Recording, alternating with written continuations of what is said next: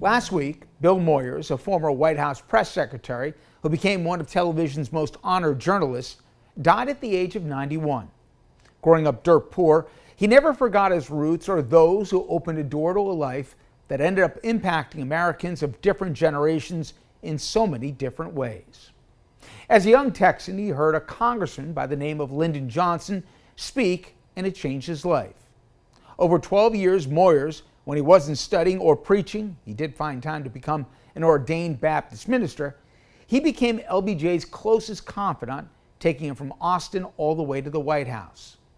After JFK was assassinated in 1963, Moyers would assume critical roles in the administration, even though he was among the youngest, from everything from press secretary to a creator of the Peace Corps to the principal architect of the Great Society programs that helped ease poverty and strove for racial justice. The Vietnam War, however, became harder and harder for him to defend publicly, and he found himself becoming envious of the journalists that he was sparring with in their pursuit of the truth.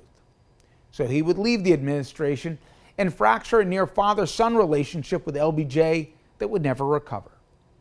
After leading a newspaper newsroom to multiple Pulitzers, he butted heads with a publisher who felt that corporate interests were getting before good journalism.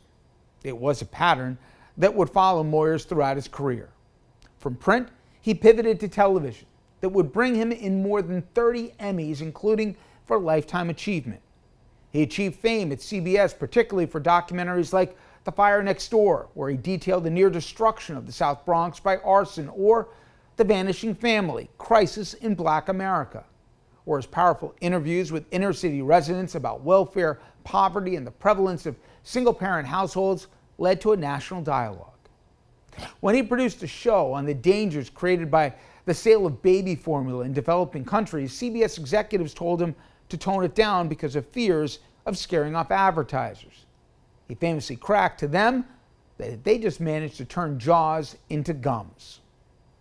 It was one of many reasons why he eventually left the bigger paychecks of network TV and found his home at PBS, and in his mind, the purity of public broadcasting.